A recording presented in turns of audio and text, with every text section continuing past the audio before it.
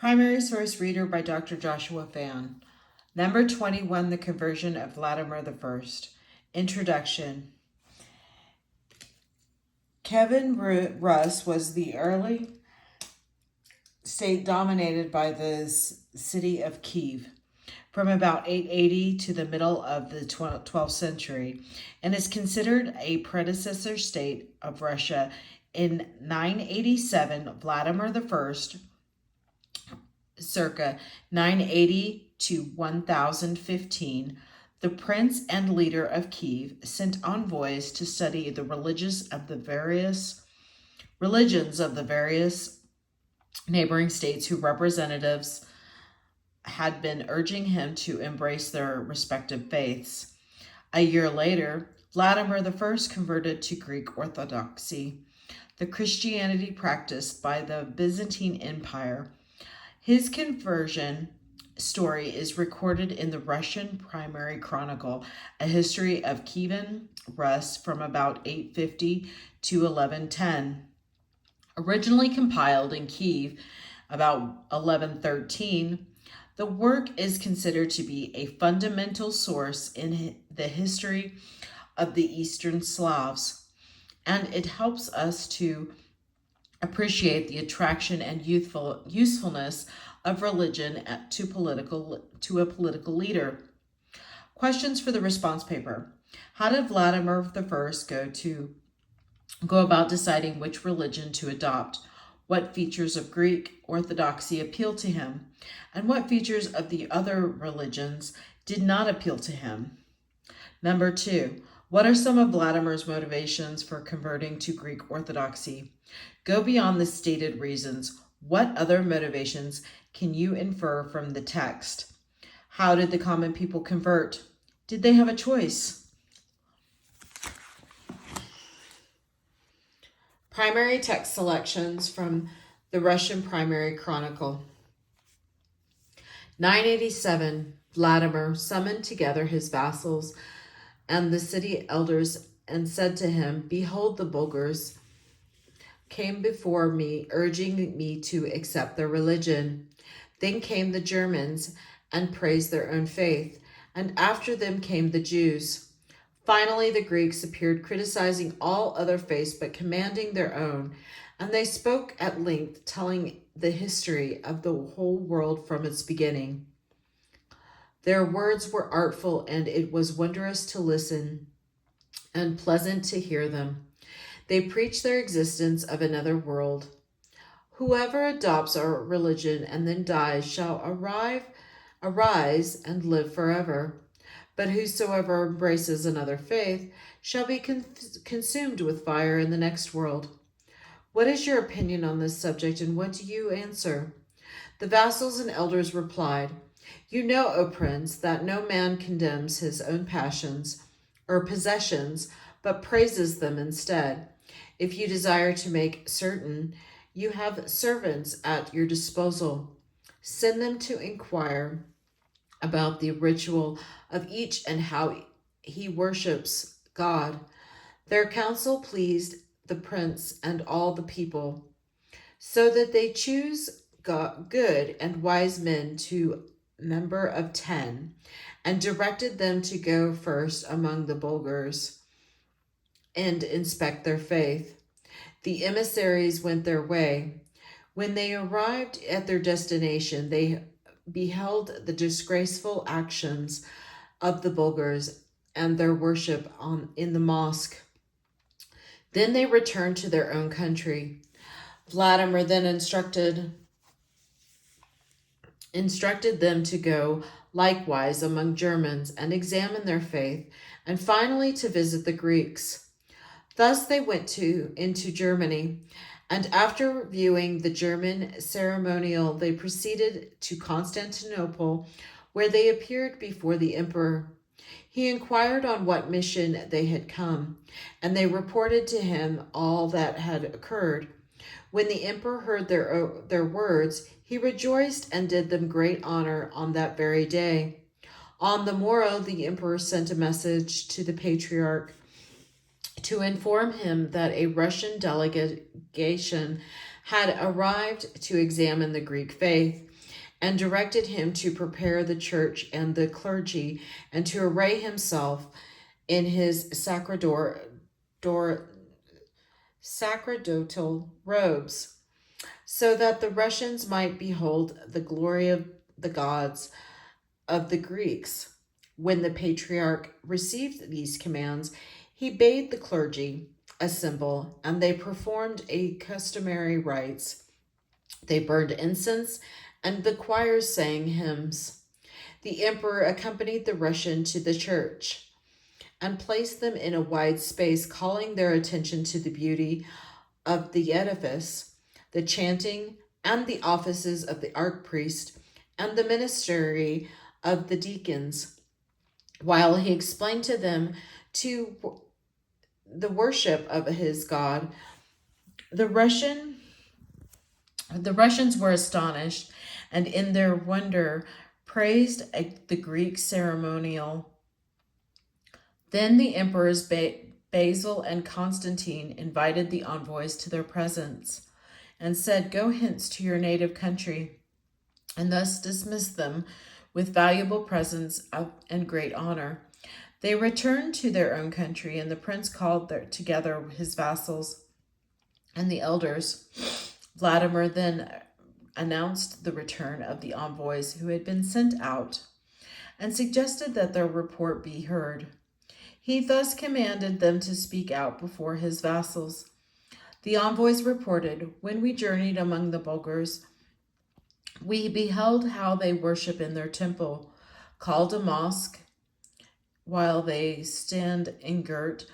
The Bulgarian bows, sits down, looks hither and thither like one possessed, and there is no happiness among them, but instead only sorrow and a dreadful stench. Their religion is not good." Then we went among the Germans and saw them performing many ceremonies in their temples, but we beheld no glory there. Then we went on to Greece, and the Greeks led us to edifices where they worship their God, and we know not whether we are in heaven or on earth. For on earth there is no such splendor or such beauty, and we are at a loss how to describe it. We know only that God dwells among men, and their service is fairer than the ceremonies of other nations. For we cannot forget that beauty. Every man, after tasting something sweet, is afterwards unwilling to accept that which is bitter, and therefore we cannot dwell longer here. Then the vassals spoke and said, "If the Greek faith were evil, it would not have been adopted by your grandmother Olga, who was wiser than all other men." Vladimir then inquired where they should all accept baptism, and they replied that the decisions rested with them. After a year had passed in 988, Vladimir marched with an armed force against Kherson, a Greek city, and the people of Kherson barricaded themselves therein. Vladimir halted at the farther side of the bayside, at the city beside the bay. A bow shot from the town, and the inhabitants resisted energetically while Vladimir besieged the town. Eventually, however, they became exhausted, and Vladimir warned them that if they did not surrender, he would remain on the spot for 3 years. When they failed to heed this threat, Vladimir marshaled his troops and ordered the construction of an earthwork in the direction of the city. While this work was under construction, the inhabitants dug a tunnel under the city wall, stole the heaped up earth, and carried it into the city, where they piled it up in the center of the town. But the soldiers kept on building, and Vladimir persisted. Then a man of Kherson, Anastasius by name, shot into the Russian camp an arrow on which he had written, These are springs behind you to the east, from which water flows in pipes. Dig down and cut them off." When Vladimir received this information, he raised his eyes to the heaven and vowed that if this hope was realized, he would be baptized. He gave orders straightway to dig down above the pipes, and the water supply was thus cut off. The inhabitants were accordingly overcome by thirst and surrendered.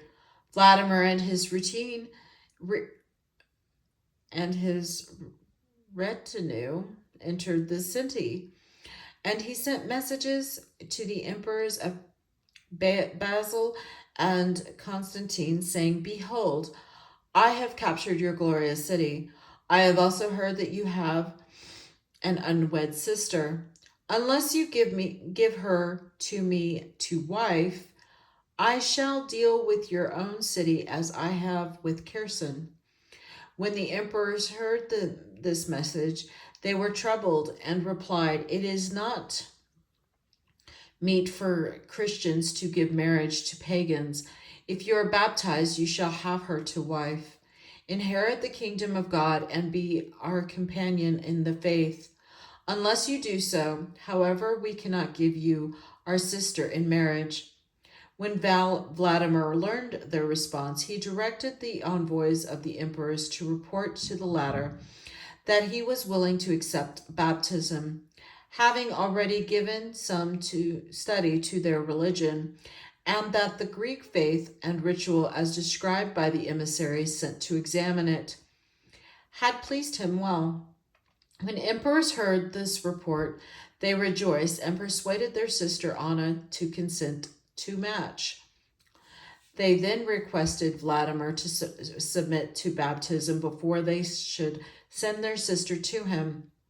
But Vladimir desired that the princess should herself being priest to baptize him. The emperors complied with his request and sent forth their sister, accompanied by some dignitaries and priests. Anna, however, departed with reluctance. "It is if I were setting out into captivity," she lamented. "Better were it for me to die here." But her brothers protested.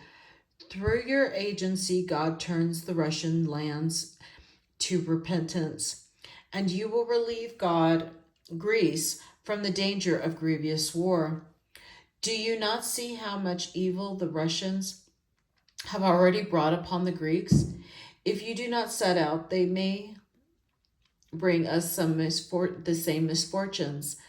It was thus that they overcame her hesitation. Only with great difficulty the princess embarked upon a ship, and after cheerfully embracing her kinfolk, she set forth across the sea and arrived at Kherson. The natives came forth to greet her and conducted her into the city, where they settled her in the palace. By divine agency, Vladimir was suffering at that moment from a disease of the eyes and could see nothing, being in great distress. The princess declared him that if he desired to be relieved of this disease, he should be baptized with all speed, otherwise it could not be cured. When Vladimir heard her message, he said, "If this proves true, then surely is the God of the Christians great," and gave order that he should be baptized. The bishop of Kherson, together with the princess's priests, after announcing the tidings, baptized Vladimir, and as bishop laid his hand upon him, he straightway received his sight. Upon experiencing the miraculous cure, Vladimir glorified God, saying, "I have now perceived the one true God." When his followers beheld this miracle, many of them were also baptized. Vladimir was baptized in the church of St. Basil, which stands at Kherson upon a square in the center of the city, where the Chersonians trade. The palace of Vladimir stands beside this church. to this day, and the palace of the princess is behind the altar. After his baptism, Vladimir took the princess in marriage as a wedding present for the princess. He gave Kherson over to the Greeks again, and then departed for Kiev. When the prince arrived at his capital, he directed that the idols should be overthrown, and that some should be cut to pieces and others burned with fire.